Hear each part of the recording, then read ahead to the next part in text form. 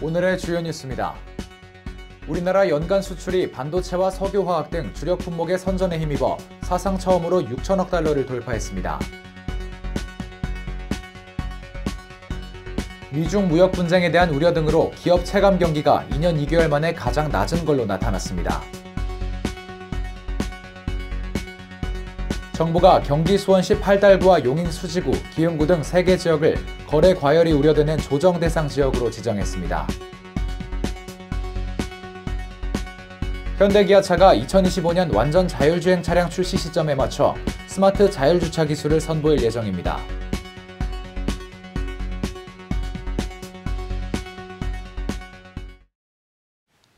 시청자 여러분 안녕하십니까? 기업엔 백규리입니다. 새해 복 많이 받으시기 바랍니다. 기해년 1월 2일 오늘의 경제 뉴스 전해드리겠습니다. 우리나라 연간 수출이 사상 처음으로 6천억 달러를 돌파했습니다. 산업통상자원부와 관세청은 지난 28일 지난해 누계 수출이 6천억 달러를 넘은 것으로 잠정 집계됐다고 밝혔습니다. 이 같은 수출 실적은 우리나라가 1948년 수출을 시작한 이후 70년 만에 달성한 기록입니다. 산업부는 올해 반도체와 일반기계, 석유화학 등 주력 품목이 선전했고 신산업과 유망소비재 수출도 크게 증가하면서 전체 수출 증가에 기여했다고 평가했습니다. 지금까지 미국과 독일, 중국, 일본, 네덜란드와 프랑스가 수출 6천억 달러를 돌파했고 우리나라가 세계에서 7번째로 이름을 올렸습니다. 미중 무역 분쟁에 대한 우려 등으로 기업 체감 경기가 2년 2개월 만에 가장 낮은 것으로 나타났습니다.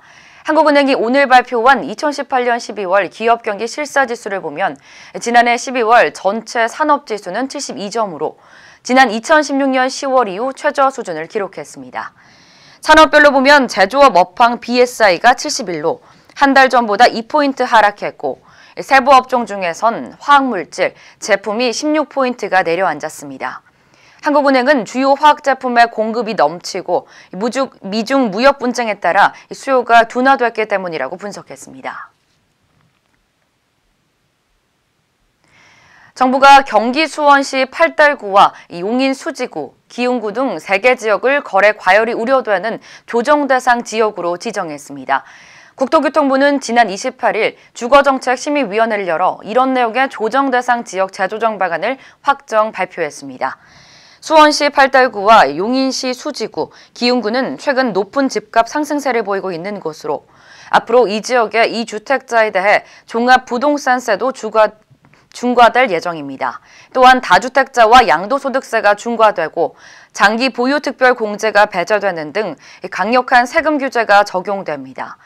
이와 함께 국토부는 지난 19일 발표한 인천 계양과 과천 등 수도권 택지 개발 지역 및 GTX 역사 예정지의 집값 상승도 확인할 방침입니다. 현대기아차가 2025년 적용 예정인 스마트 자율주차 영상을 공개했습니다. 이번에 공개된 영상은 전기차를 타고 가던 운전자가 목적지에 내리면 차량이 스스로 빈 충전 공간을 찾아가 무선으로 충전하고 운전자가 스마트폰을 이용해 차량을 부르면 지정된 장소로 이동하는 내용입니다.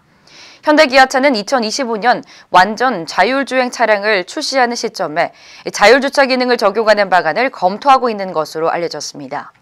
현대기아차 관계자는 다가올 자율주행 시대에 고객들이 더 편리하고 안전하게 이동할 수 있도록 응용기술 개발에도 힘쓰고 있다고 밝혔습니다. 카카오 IX의 캐릭터 브랜드 카카오 프렌즈가 첫 글로벌 매장 신고식을 일본 도쿄에서 치렀습니다. 캐릭터 천국이라 불리는 나라답게 고객들의 반응은 뜨거웠습니다. 조은주 기자입니다. 카카오 프렌즈 첫 글로벌 매장의 오픈 신고식은 성공적이었습니다. 개장 첫날인 22일 카카오 프렌즈 도쿄점 앞에는 정식 오픈 수시간 전부터 인파 약 2,000명이 몰리면서 주변 건물을 둘러싼 긴 대기줄이 만들어지기도 했습니다. 어피치 오모테산도 1층 굿즈 스토어에서는 어피치 인형의 초도 물량이 하루 만에 전량 소진돼 2차 물량을 긴급 공수했고 일본 덤보도너츠와의 협업으로 탄생한 어피치 도너츠도 오픈 4시간 만에 모두 판매됐습니다. 상품의 경우 대부분 도쿄점 개장을 기념해 제작된 한정판으로 국내에서는 판매되지 않아 일본으로 간 한국 여행객들의 관심도 높았습니다. 현지 트렌드에 맞춘 형태로 도쿄점을 준비했고요. 어피치가 먼저 도쿄에 도착했습니다. 예상대로 오픈 당일 오전부터 종료까지 수만 명의 대기 행렬이 줄을 이었고 오픈 3일째인 오늘도 대기줄로 그 인기를 실감하고 있습니다. 이번 도쿄점 오픈을 시작으로 이후에도 다양한 형태로 사업을 진행 확대 예정이고요. 내년부터는 미국과 중국 시장 진출도 검토하고 있습니다. 카카오 IX의 주요 타겟은 20대 여성입니다. 이들이 실생활에서 카카오 프렌즈를 자연스럽게 활용할 수 있도록 일반적인 캐릭터 제품 외에도 리빙과 뷰티, 그리고 의류 등 다양한 유형의 상품을 함께 구성했습니다. 또한 매장에는 쉴 수 있는 카페와 콜라보 전시 공간도 함께 준비했습니다. 카카오 IX는 카카오 프렌즈 도쿄점이 오모테산도의 새로운 명소로 인지될 수 있도록 현지 트렌드와 팬들의 취향에 맞는 상품을 개발하고 새로운 경험을 제공해 나갈 계획입니다. 디지털 조선TV 조은주입니다.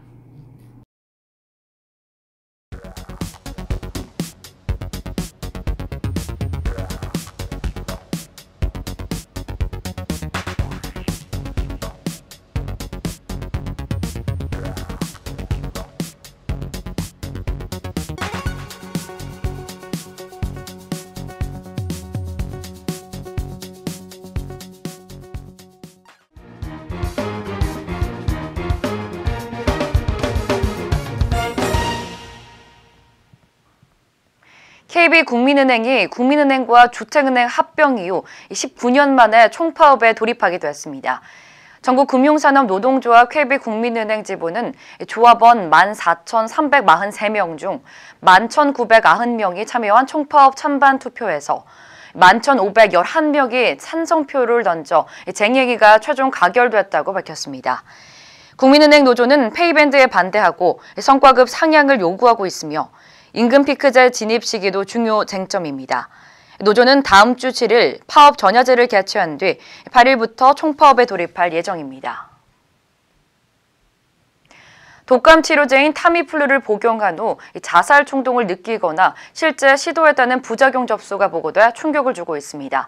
식품의약품안전처가 발표한 부작용 보고 접수에 따르면 2010년부터 지난해까지 타미플루 복용 후 자살 경향 이상 사례가 8건이 접수되었고 이 중 3건은 타미플루 복용과 연관되어 있는 것으로 판단됐습니다.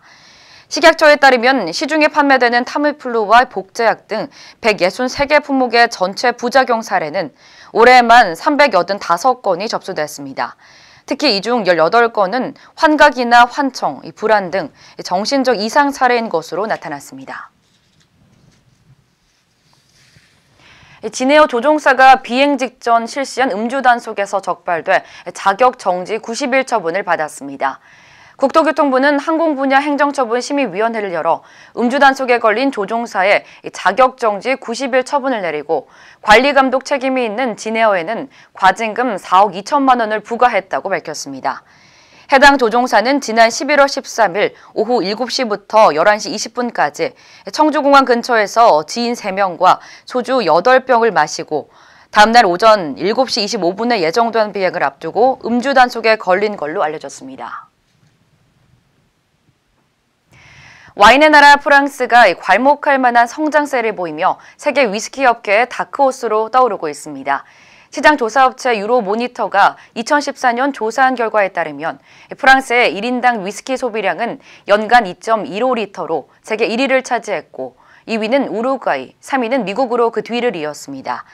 2010년 21만 명이었던 이 프랑스 위스키 생산량은 2017년 85만 병으로 4배나 늘어난 셈입니다. 반면 와인 소비량은 1960년대에 비해 3분의 1 수준으로 줄어들었다는 조사 결과가 나오고 있습니다.